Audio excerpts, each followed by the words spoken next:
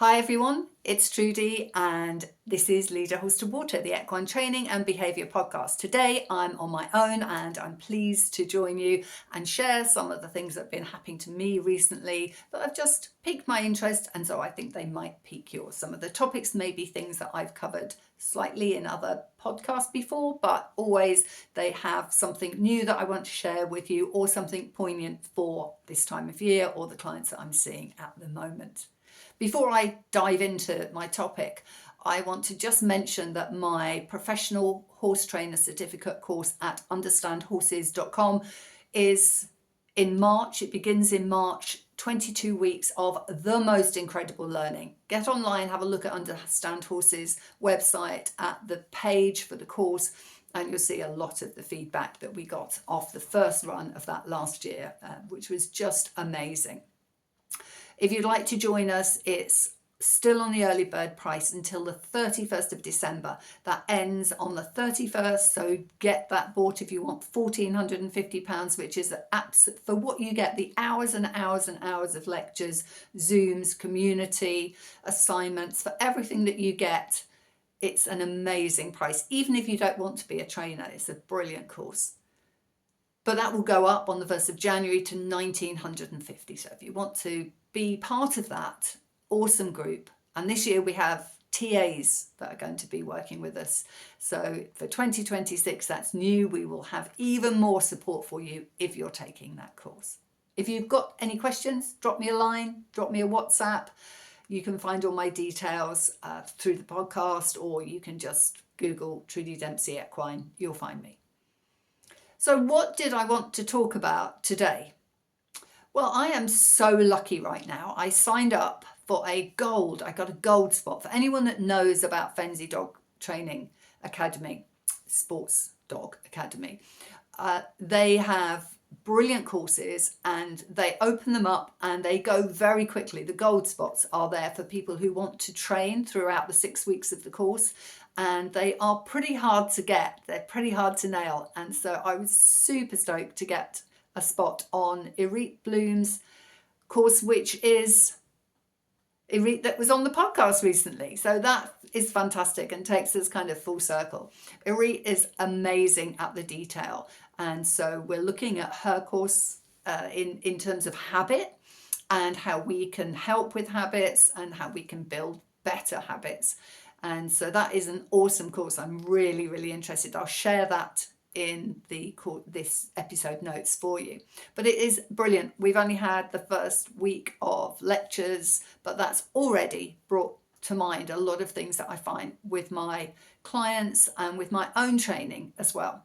And especially in the UK here at the moment, and probably in most of the US and Canada too, and Europe, we're looking at weather conditions that are not the greatest for training horses. So I want to talk a little bit about habits and our animals and how those habits happen and how we can change them or how we can accept them, or at least knowing why they're there, we can be a little bit more chill about them. But I also want to think about how that feeds into us. How does our life and our habits and those around our animals, how can we change that? How can we make those habits better? How can we make those habits work for us? So first of all, I want to think about the different ways we can learn, the two that we particularly look at when we're training horses and other animals.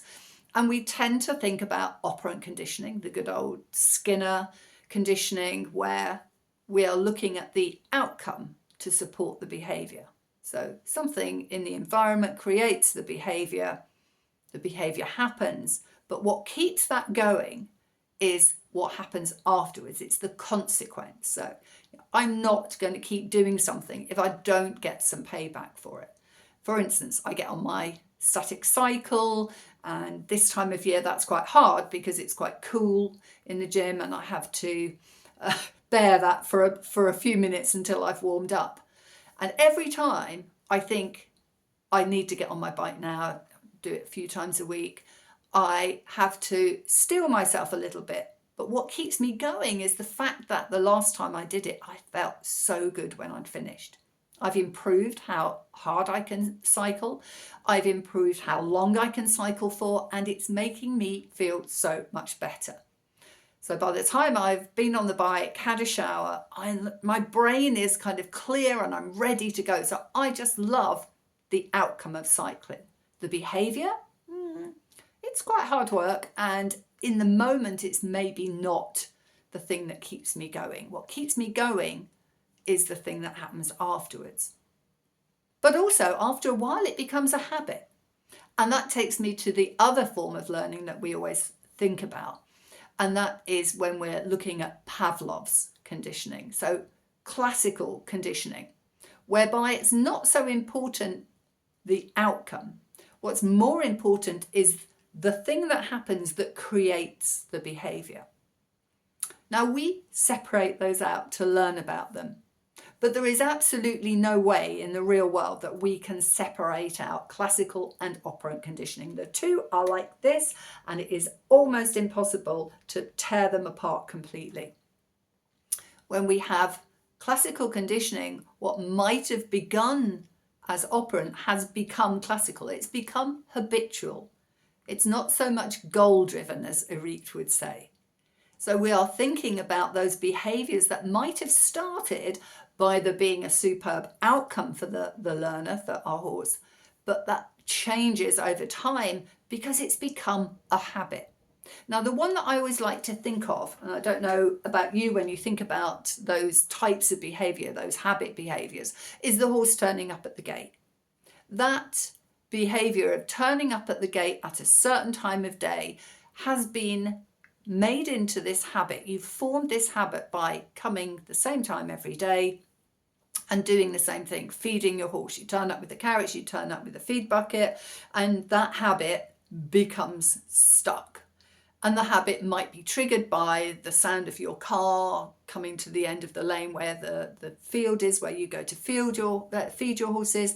It might be that they see your car arrive when they're in the field and the car park is visible from the field. And for some horses, if the fact that you're turning up to feed them is such a habit and has been in the past so exciting, they will be up there. The minute they hear your car, they're going to be there. Now, I often hear this one used, and I've used it myself, and I don't think it's a perfect one, to really describe classical conditioning. So we talk about it being, oh, you turn up at the gate and the horse arrives. But why does the horse want to arrive? Why has that habit formed? Well, that habit has formed because of the thing that came after it. So there we have that mixture of that goal-driven behaviour of I want to get the food and that has signalled to me that the food is going to arrive. And that's very much like we get in clicker training. So we are teaching our horses, our dogs, our cats, that when we use a marker, this is going to happen. So if X, then Y is how I often describe it. So if this is going to happen, then that will happen afterwards. Very often when we're starting out, we might think that our click has a lot more value, that it is actually understood by the horse, but very often that habit hasn't yet come together. When you're thinking about that habit coming together, you can't think in general terms. So I might say, oh yeah, my dog did that in 3, my horse did that in 4, and I know they knew the click. Every individual is very, very different. And so thinking that another horse did it in so many and that you've taken months and you think your horse still hasn't quite got it, do not be disheartened, because every one of us is an individual when it comes to learning, and our previous history, the state we're living in, whether we're pain-free, and all of those things can have an impact on the way we can learn. So those seemingly natural habits that occur will have occurred because of something happening. Maybe when it rains, the horse puts their head in the field shelter. Maybe they put their bum in the field shelter. And it appears like it's a habit. They can hear the rain coming, they will go to the field shelter. But when that happened in the first place, what was the payback? They didn't get so wet. So there is something driving that behaviour. And I think it's so hard to split these out. And it's such an interesting thought process for me that I just wanted to remind you that these things are very, very hard to separate out. We talk about them in super clean ways. Look, oh, we have counter conditioning, classical conditioning. We can change the horse's mental thought process on this by using counter conditioning. So classical conditioning that undoes a previous conditioning of a negative thing, really. We're not talking positive here. So a horse is scared of something, and we change the idea in the horse's brain from them not liking the thing to going, oh, actually, I really like that thing. And we do it by pairing the thing that's uncomfortable with a nice thing. And we always say we're doing classical conditioning. It's counter because it's changing from negative to positive. But we are nevertheless using classical conditioning to do this. And this takes me to this week when the lovely Gabriel Lencioni and I gave a podcast at a webinar at Understand Horses, and we talked about cooperative care.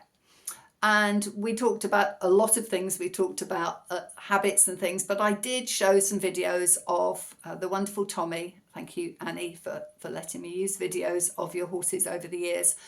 And Tommy had a fear of clippers. And so we used several techniques, a cat constructional approach training technique. We used some counter conditioning, some positive reinforcement. So it wasn't just a one protocol thing, but one of the protocols that I used was classical conditioning or counter classical conditioning. And so Tommy had this fear of the clippers, the sound of them particularly.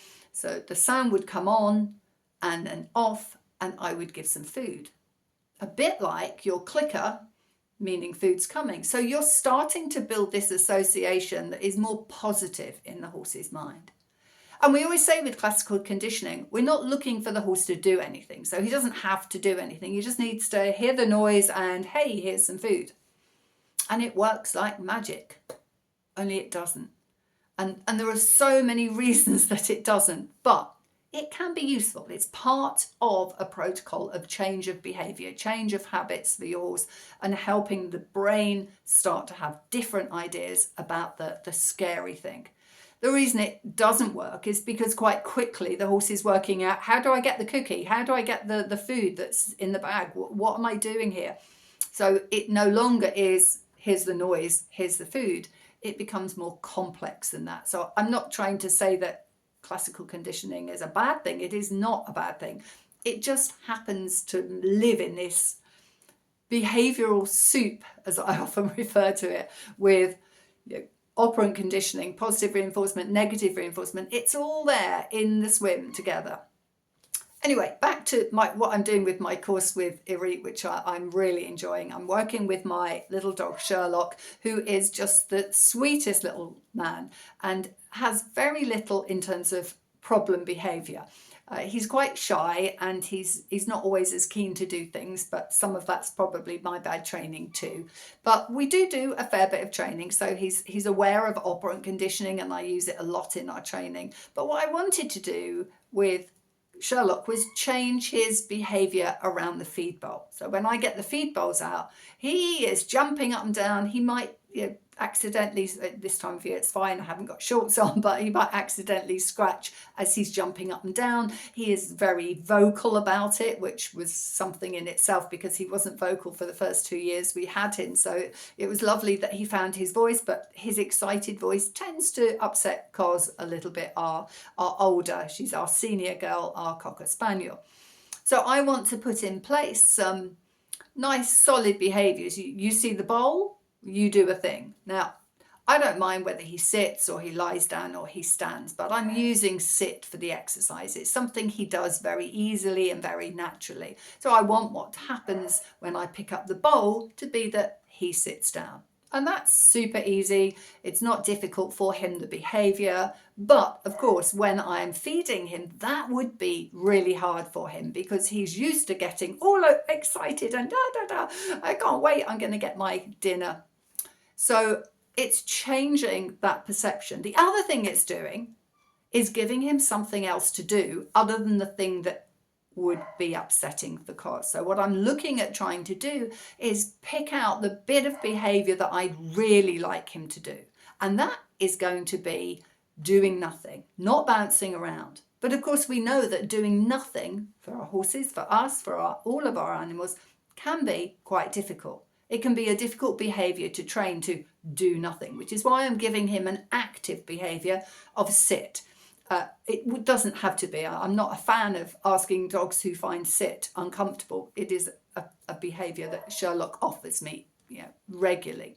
So what I'm doing is thinking, what can I do to avoid him having to give me that behaviour, that jumping up and down and getting super excited? What can I give him to do instead? And when we're looking at horse training, we're trying to do the same thing as well. We're trying to think, what can I give my horse to do that isn't going to fit with the thing that I'm less happy about? Maybe they're pawing the ground with their hoof. Can I give them another behaviour that would fill that gap? So with Sherlock, that's what we're doing. We're trying to create the behaviour of him doing something different when I pick up the bowl. So right now we're at the beginning of that. I pick up the bowl. To begin with, I was cueing him to sit. So I pick up the bowl, sit, he sits, I feed him. We've got to the point now where in just 2 days, where I pick up the bowl and he sees that as his cue to sit. Think about that when you're training horses. We all think about adding a cue. I've got a cue for Sherlock sit, but I don't want to have to say sit to him. It's mithering, it's annoying all the time to be given. Train those cues that mean if X happens, Y will follow. And that takes me back again into the webinar with Gabriel, where I was talking about those habits, and if X happens, Y follows. When we're looking at cooperative care, we're building those patterns for the horse to be able to know that if they opt in, that X will be followed by Y. So X is opting in, followed by Y is me getting the hoof pick on their hoof and picking out their hoof, or bringing a needle to their neck and pinching and putting the needle in. Whatever it is, you're building this clear communication of patterns of behaviour. And that's really what building habits is about. It's about habits and building them so strongly that the dog, the horse, the human understands what's coming next. And so that brings me again full circle round to me on my bike and the habit that has created, and how feeling good about it and feeling really great after I've done it is what spurs me on to do more of it. And I think this time of the year, especially, as I say, in those countries where it's very wet, the UK, a lot of Europe, Canada, US, there's parts that are in snow, but there's a lot that are in rain right now. And it makes it very difficult. The days are a lot shorter, and it is really hard to motivate yourself to do things. But those little habits, find things that give you pleasure. Does scratching your horse give you pleasure? Does stroking your horse give you pleasure? Does giving a light massage to your horse give you pleasure?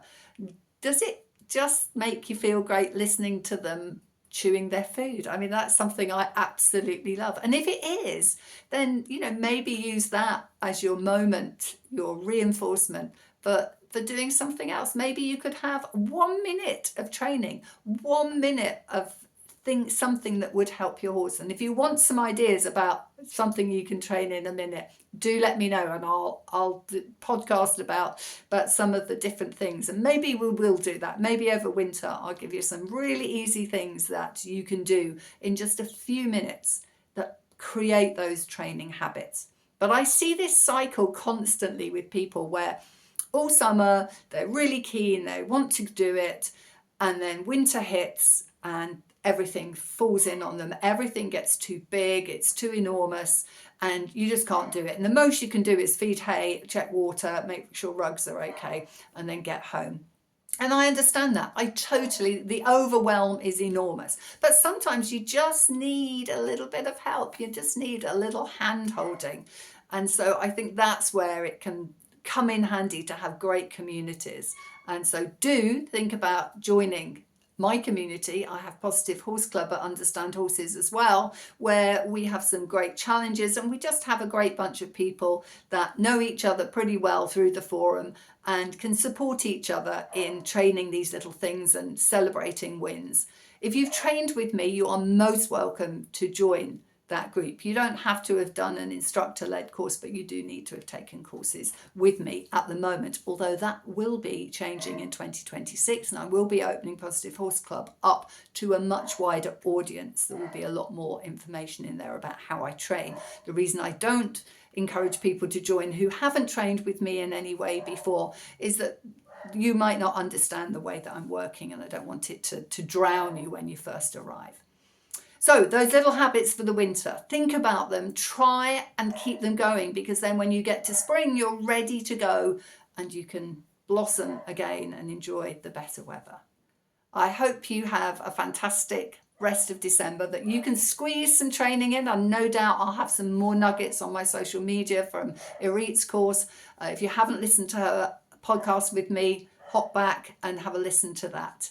And I look forward to joining you probably in the new year now for some more podcasts with some very special guests. Take care, and I'll see you soon. Oh, and don't forget, share this episode, like it, 5-star, review it, whatever you need to do, because that really helps the podcast get out there, and that means I can keep doing this and spreading the word, because we really do need to do that. I'll see you very soon.